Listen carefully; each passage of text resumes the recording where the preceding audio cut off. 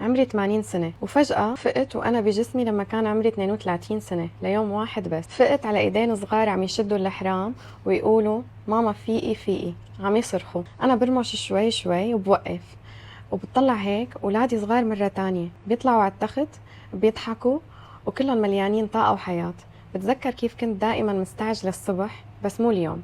اليوم بقربن لعندي، بحضنن بقوة، ببوس شعرن المنكوش، بمسك ايديهم الصغار، وهالمرة بعيش كل ثانية. بشوف حالي بالمراية بالحمام، ما في تجاعيد، ما في شعر أبيض، وشي لساته شباب. كنت فكر حالي كبيرة وأنا عمري 32.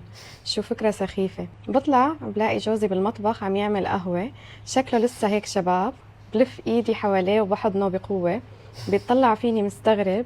يمكن ما كنا نتحاضن أو نحضن بعض كفاية بوقتها. وبفكر أنا هالشي. بنحكي عن يومنا وكل شي كنت حاسسته كبير ومهم.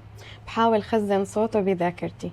نطلع على السيارة، الولاد عم يتخانقوا على الأحزمة، وواحد منهم بيوقع الأكل بالسيارة. فتفيت بكل مكان. كنت اتضايق كتير من هالشي، بس اليوم بعيش الضجة والفوضى لأنه بعرف إنه سيارتي رح تصير هادئة ونظيفة لسنين الجاية. العشاء عالي الصوت، ما منظم، ما حدا بده يقعد بمكانه. صراخ، ضحك، حكي، حياة بكل معنى الكلمة. بحاول أحفر كل لحظة بذاكرتي قبل النوم. برفع التليفون وبدق لأمي، بسمع صوتها، ما سمعت هالصوت من سنين وسنين. سكر عيوني وبخلي كلماتها تغمرني.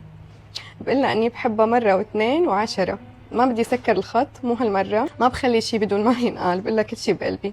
وقت النوم ما بتجاوز ولا صفحة بالقصة، بقرا كل كلمة. ولما يسألوا ماما فينا نقرا الكتاب مرة تانية، بقلن ايه. ما بدي هاليوم يخلص، عندي يوم واحد زيادة. وهالمرة كنت بعرف انه هيدا هو الفرح، هيدا هو الحب. الايدين الصغار، اجسامنا الشابة القوية بلا وجع وبلا تعب، واهلنا اللي كانوا لسه عايشين. كل شي كان مهم اكتر بكتير مما كنا نعرف بهداك الوقت.